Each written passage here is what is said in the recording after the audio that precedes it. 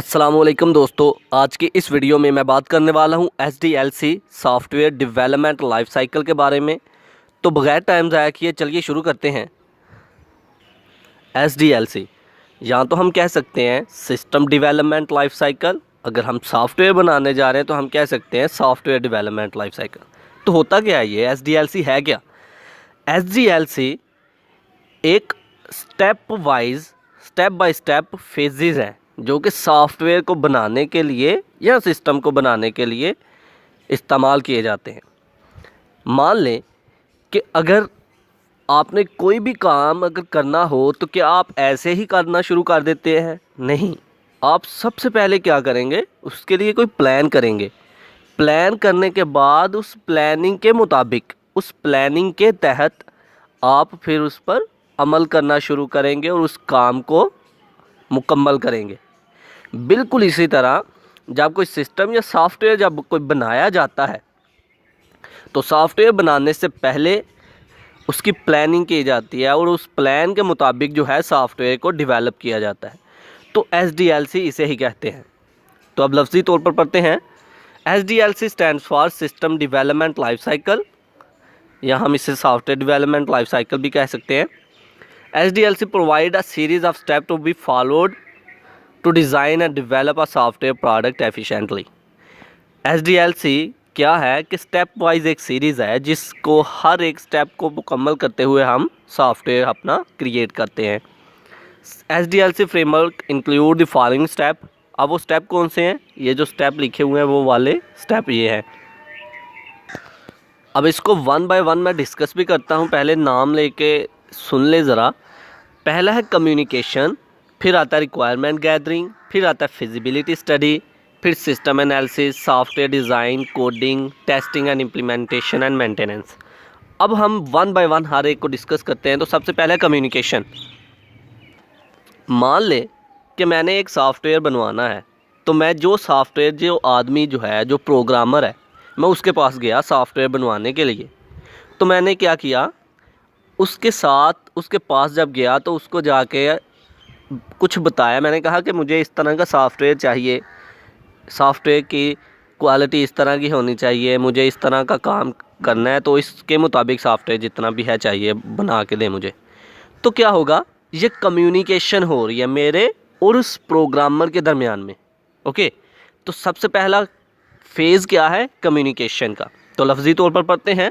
This is the first step where the user initiate the request for a desired software product.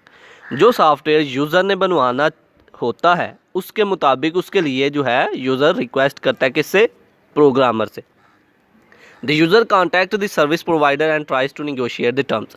User जो है, जो software बनाने वाला है, उसके साथ कांटेक्ट करता है और अपने जो कुछ भी उसने बात कहनी होती है, जो टर्म्स जो रिक्वेस्ट करनी होती है, जो रिक्वायरमेंट होती हैं, वो उसको बताता है और उसी रिक्वायरमेंट के मुताबिक जो है काम जो है आगे किया जाता है। Submit the request to the service providing organisation in writing. अब आगे हमारा जो स्टेप है वो है रिक्वायरमेंट गैदरिंग।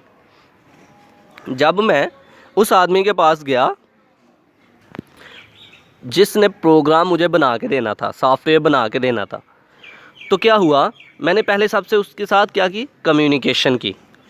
उसके बाद क्या हुआ, रिक्वायरमेंट गैदरिंग फेज़ आ गया। वो मुझसे पूछने लगा सॉफ्टवेयर किस तरह का होना चाहिए। मुझसे पूछने लगा आपका काम किस तरह का है, आपको किस तरह की सॉफ्टवेयर के अंदर फंक्शनैलिटी चाहिए। तो ये सारी की सारी क्या है, रिक्वायरमेंट वो मुझसे गैदर कर रहा है कि मुझसे वो रिक्वायरमेंट ले रहा है कि आपका सॉफ्टवेयर जो मैं बनाने जा रहा हूँ वो रिक्वायरमेंट उनकी, उस सॉफ्टवेयर की रिक्वायरमेंट्स क्या है वो रिक्वायरमेंट मुझे बताए, मैं उस रिक्वायरमेंट के मुताबिक जो है सॉफ्टवेयर बना दूँगा। तो ये अमल क्या कहलाता है, इस फेज़ को हम कहेंगे रिक्वायरमेंट गैदरिंग। लफ्ज़ी तौर पर पढ़ते हैं। In this phase the requirements are gathered for the intended software. इस फेज़ में उस सॉफ्टवेयर के लिए रिक्वायरमेंट गैदर की जाती हैं जो सॉफ्टवेयर बनाने जा रहे होते हैं। This step onward the software development team works to carry on the project. ये फेज़ बहुत ही ज़रूरी है उस आदमी के लिए जिसने सॉफ्टवेयर बनाना होता है, क्योंकि उसे तब भी अगर रिक्वायरमेंट होगी तो उसे पता चलेगा ना कि किस तरह का सॉफ्टवेयर ये बनाना चाह रहा है, किस तरह का सॉफ्टवेयर ये चाहता है मुझसे। The team hold discussion with various stakeholders from problem domain and tries to bring out as much as information as possible on their requirements. तो जो सॉफ्टवेयर बनाने जा रहे होते हैं उसके मुताबिक उस सॉफ्टवेयर के लिए डिस्कशन की जाती है स्टेक होल्डर से, ताकि सॉफ्टवेयर का कॉन्सेप्ट जो बनाने हम जा रहे हैं वो क्लियर हो और अच्छे तरीके से हम सॉफ्टवेयर डेवलप कर सकें। इसके बाद आता है फिजिबिलिटी स्टडी। आया कि जो रिक्वायरमेंट्स हमने इकट्ठी की थी, फ़र्ज़ करो मैं अगर सॉफ्टवेयर बनाने वाले के पास गया तो मैंने उसे सारी की सारी अपनी रिक्वायरमेंट बताई। जब मैंने उसे अपनी रिक्वायरमेंट्स बताई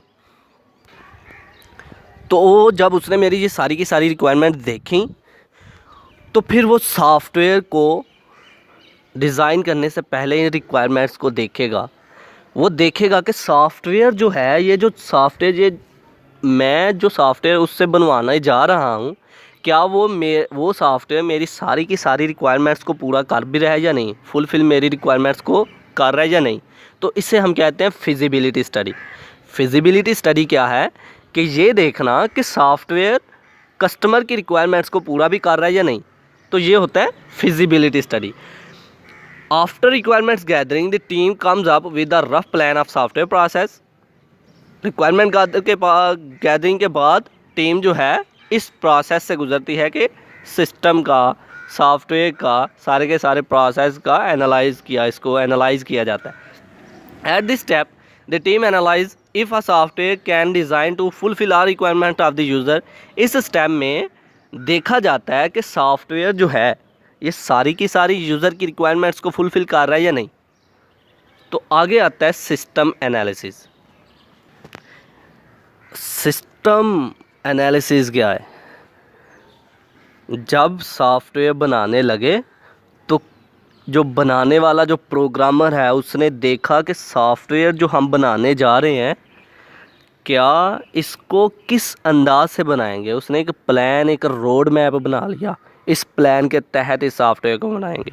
तो यह है एनालिसिस, यानी कि जो सॉफ्टवेयर हम बनाने जा रहे हैं उसके लिए पहले से ही एक प्लान बना लेना और उसी प्लान के तहत जो है काम करना शुरू कर देना, उसी प्लान के मुताबिक काम करना शुरू कर देना।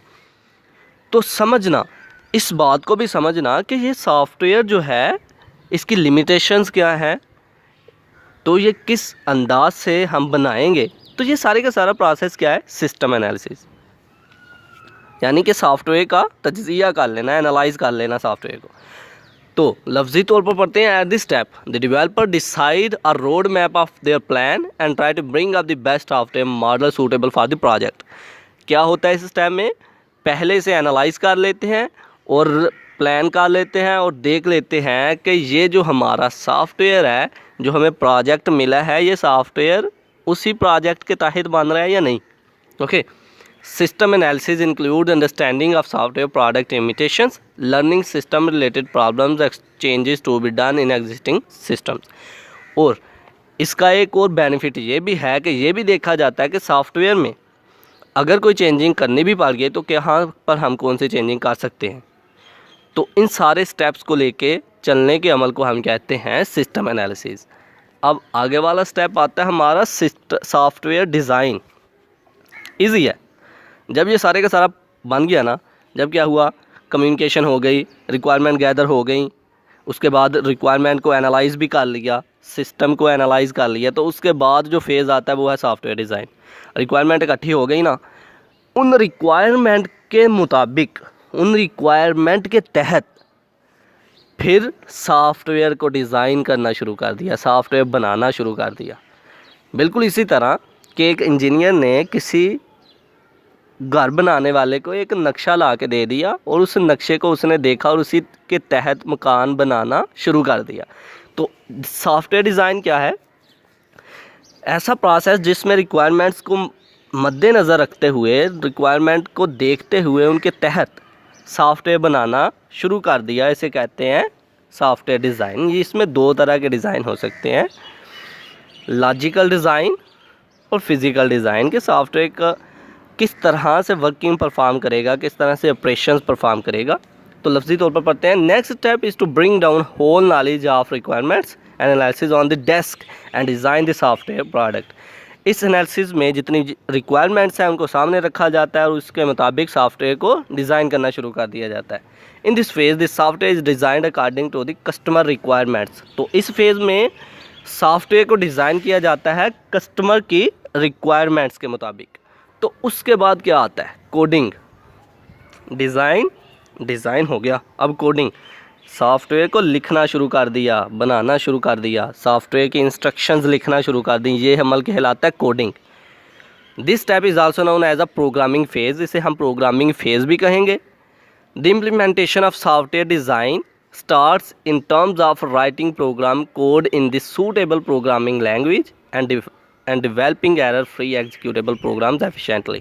इस प्रोसेस में हम जिस लैंग्वेज के तहत, फ़र्ज़ करो हमने अगर C++ में कोई सॉफ्टवेयर बनाना है तो C++ का इंस्ट्रक्शंस डालेंगे, जावा में कुछ लिख रहे हैं तो जावा के इंस्ट्रक्शंस डालेंगे।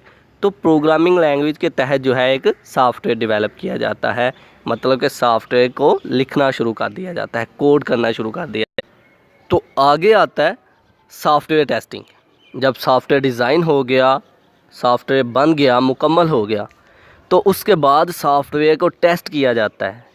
इसलिए कि अगर सॉफ्टवेयर के अंदर कोई भी एरर कोई रह गया है, कोई एरर कोई गलती रह गई है, तो उस एरर को रिमूव किया जाए। तो इस अमल को हम कहते हैं टेस्टिंग फेज़। लफ्ज़ी तौर पर पढ़ते हैं, in this phase the software is tested, if the software have any problem or error then the error is removed. इस फेज़ के अंदर देखा जाता है कि अगर सॉफ्टवेयर के अंदर कोई एरर कोई प्रॉब्लम बाकी रह गई है तो उस एरर को रिमूव किया जाए। This phase is start when the software is developed. इस फेज़ को उस वक्त ये वाला फेज़ स्टार्ट होता है जब सॉफ्टवेयर को हम बना लेते हैं, क्रिएट कर लेते हैं। उसके बाद अगला फेज़ आता है इम्प्लीमेंटेशन। इम्प्लीमेंटेशन क्या है? सॉफ्टवेयर बन गया, डिज़ाइन हो गया, बन गया, टेस्ट भी हो गया, अब यूज़र को दे दिया, चेक किया जाता है, चलाया जाता है, सॉफ्टवेयर को चलाना शुरू कर दिया जाता है। अब यूज़ कर सकते हो आप, टेस्ट भी हो गया, अब यूज़ करें। That is called implementation. कि सॉफ्टवेयर को इस्तेमाल करना शुरू कर दिया, दैट इज़ कॉल्ड इम्प्लीमेंटेशन। तो लफ्ज़ी तौर पर पढ़ते हैं, in this phase this means installing the software on a user machine. इसका मतलब कि यूज़र की मशीन यानी कि यूज़र के कंप्यूटर में इंस्टॉल कर दिया सॉफ्टवेयर को, अब वो यूज़ कर रहा है। At times software needs post installation configuration at user end. Software is tested for portability, adaptability, integration related issues are solved during implementation। Software को इस काबिल बनाया जाता है कि अगर हम एक सिस्टम से दूसरे सिस्टम में सॉफ्टवेयर को इंस्टॉल करने लगें तो सॉफ्टवेयर आसान तरीके से वहाँ पर भी इंस्टॉल हो जाए, हर तरह के इन्वायरमेंट को अडाप्ट कर ले, इसे कहते हैं अडाप्टिव।